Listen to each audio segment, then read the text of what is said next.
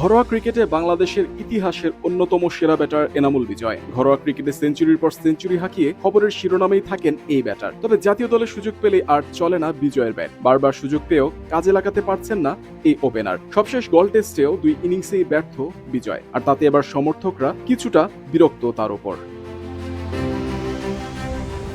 অনেকের অভিযোগ, সামাজিক যোগাযোগ মাধ্যমের জনপ্রিয়তার কারণে বাদ পড়েও বারবার দলে ফিরে আসেন বিজয়। তাদের যুক্তি কোনো বিশেষ কারণ না থাকলে দেশের জার্সিতে বারবার ব্যর্থ হওয়ার পরেও কিভাবে ফিরে আসছেন তিনি। যদিও ক্রিকেট সংশ্লিষ্টদের মতে পারফর্ম করেই দলে এসেছেন বিজয়।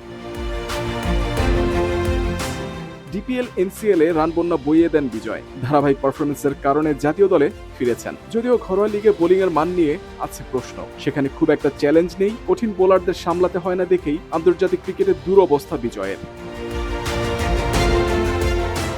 ঘরোয়ার ফর্ম আন্তর্জাতিকে দেখাতে পারছেন না বিজয়। কলম্বো টেস্টে তার ভাগ্যে কি আছে? দল থেকে এবার বাদ পড়লে কি ফেরার সুযোগ থাকবে? টেস্টের জন্য বাংলাদেশ 2 ওপেনারই নিয়ে গেছে, সেই বিবেচনায় বিজয়কে তো খেলাতে হবে। তবে যদি কিন্তু না ভেবে ডানহাতি ওপেনারকে আরেকটা সুযোগ দেওয়া উচিত ম্যানেজমেন্টের।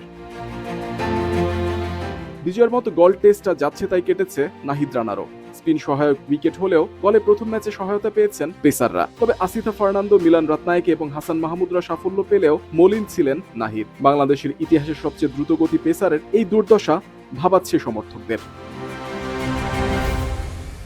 নাহিদের এখনো অনেক কিছু শেখার আছে। দ্রুত গতিতে বল করতে পারলেই হয় না, উইকেট বুঝে বোলিং করতে হয়। বিশ্বমানের বোলাররা পরিস্থিতির সাথে মানিয়ে বৈচিত্র্য আনতে পারে বোলিংয়ে। নাহিদেরও শেখা উচিত কোন উইকেটে কিভাবে বোলিং করতে হবে।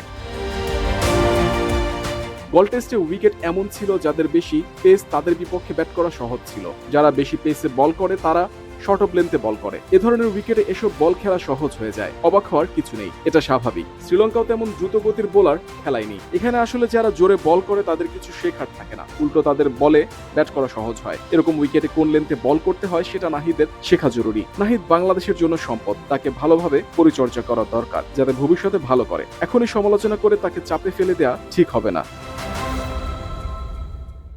কলম্বোর উইকেট গলের মতো হলে নাহিদের পরিবর্তে এবাদতকে খেলাতে পারে ম্যানেজমেন্ট। যদি নাহিদ আবারও সুযোগ পায়, সেক্ষেত্রে নাহিদকে প্রমাণ করতে হবে তার কার্যকারিতা। তাকে প্রতিদ্বন্দ্বিতা করেই টিকে থাকতে হবে দলে।